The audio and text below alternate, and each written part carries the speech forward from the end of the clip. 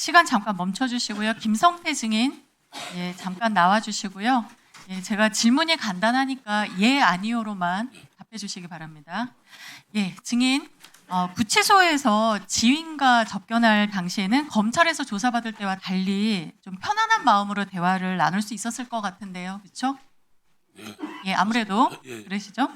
야, 증인은 오늘 오전에 검찰이 주변 인사들을 마구잡이로 조사하면서 협박 내지 압박을 했다는 취지로 진술했는데요, 맞죠? 주변 지인들 압박했다 말씀하셨잖아요. 그렇죠? 400명 정도 받은 것 같습니다. 예, 맞습니다. 그리고 증인의 접견 녹취록에도 그런 정황이 곳곳에 보여요. 지금 PPT인데요.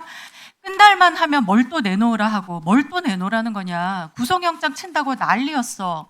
다들 나가라고 와서 협조해줬더니 그걸 또 이용해서 더 많은 것을 내놓으라고 그러니까 널 또 불러서 협박할 수 있으니까 그것도 각오하고 있어라. 걔네들이 정치까지 못한다 이러면서 아마도 이제 검찰에 대해서 욕설도 하는 것 같아요. 자, 증인 2023년부터 2024년 증인의 출정 횟수거든요. 여기 맨 첫 칸 보세요. 184회나 불렀어요. 예. 이렇게 검찰이 이 많은 횟수를 불러서 반복 조사하면서 증인의 주변 인사들에서 구속영장 치겠다 이렇게 협박하고 회유했을 때 마음이 아주 좋지 않으셨을 것 같거든요. 아까 그 지점에 대해서 억울함 호소하신 거 맞죠? 네, 맞습니다. 예, 자, 장관님, 법무부 장관님, 한명숙 전 총리 모해위증 교사 사건 이후에 이렇게 마구잡이로 출정시키지 않겠다고 수용자 출석 요구 및 조사 지침 만들었거든요. 그런데 1년도 안 되어서 이런 일이 또 벌어지고 있어요. 지침 위반하면서 수사한 검사들 감찰 지시하고 징계 조치 확실하게 해주십시오. 네, 뭐 이 사건 요것뿐만 아니라 뭐 전반적으로 다시 점검을 좀 해야 예, 됩니다. 점검 꼭 해주시고요. 자, 다음으로 우리 구자현 직무대행님. 제가 지난번에는 검찰이 공범 쪼개기 기소를 통해서 이재명 지사를 향해서 유죄를 빌드업해가는 그 과정을 한번 지적을 했었는데요. 오늘은 검찰이 쪼개기 기소를 통해서 공범들에게 어떻게 면죄부 주었는지 한번 보겠습니다. 자, 수원지검은 2022년 11월 16일 금융강도원에게 쌍방울그룹 불공정 거래 관련 정보사항 제공이라는 공문을 보냅니다. 자본시장법 위반 혐의에 대해서 자료 분석해서 회신해달라 그런 내용이고요. 자, 조사를 마친 금감원은 2달 뒤에 수원지검에 방문해서 조사 결과를 설명합니다. 이후에 수원지검은 추가 조사를 요청했고 금감원도 제공하기로 했고요. 또 압수수색 영장으로 조사 자료 제공하고 조사를 종결하기로 합의까지 했습니다. 이후에 검찰이 7월 17일 금감원에 증거인멸 등 우려를 표하면서 긴급조치를 요청하고요.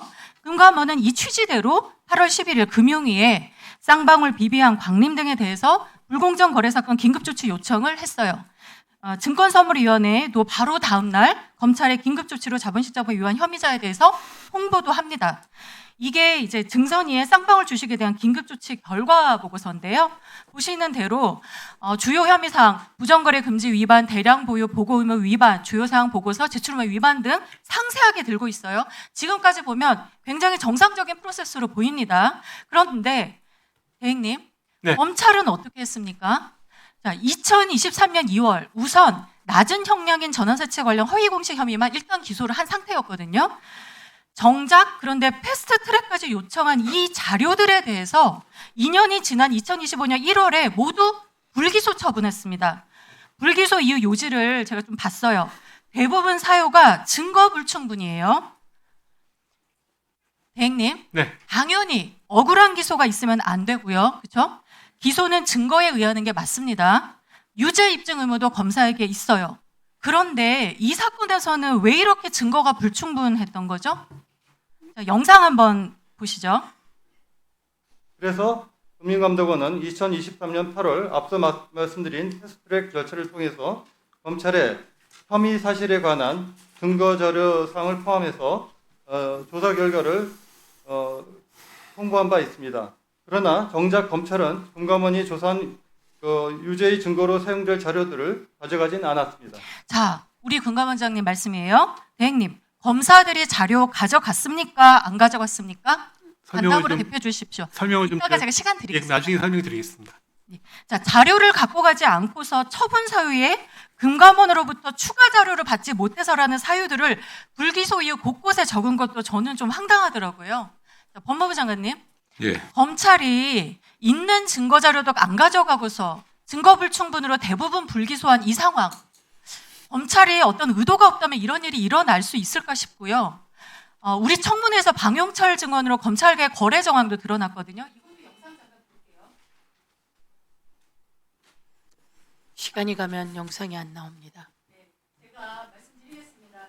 여기 보면 15층에서 자본시장법 조사 받을 때 어마어마한 프레셔, 그러니까 압박이 있었고 진짜 13층에서 이화영 증인께서 약간 협조가 되고 좀 온도가 좋으면 15층 분위기가 좋고 이런 진술 나왔거든요.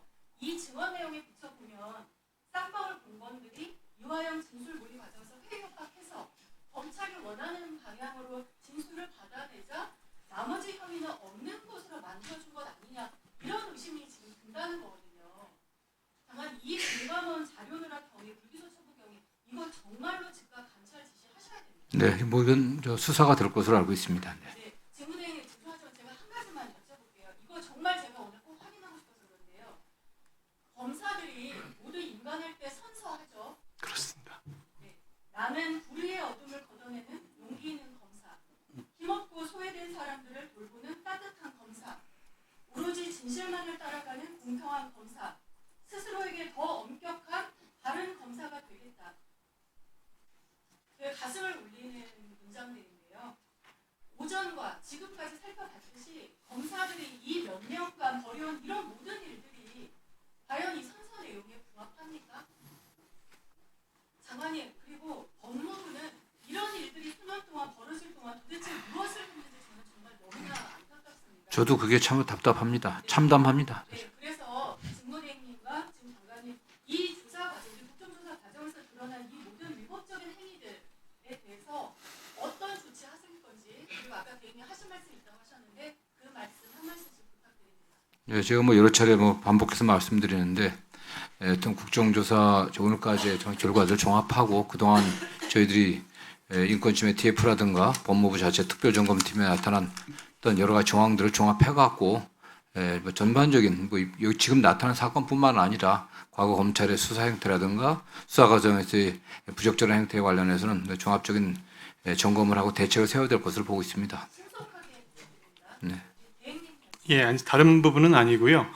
의원님께서 지적하신 부분에 관해서 저희들도 이제 내부적으로 그때 당시 어떤 과정이 있었는지 보고를 받았고 보고 내용이 그 금감원장님 말씀하신 거랑 일부 다른 부분이 있지만 어쨌거나 그건 법정에서 밝혀져야 될 부분이라서 저희가 관련 재판에서 최근에 그 금감원 자료에 대한 문서 송부 촉탁을 저희가 신청을 했습니다. 아마 그 자료들이 법원에 도착을 하면 그 과정을 통해서 사실관계들이 규명이 될 것으로 생각합니다.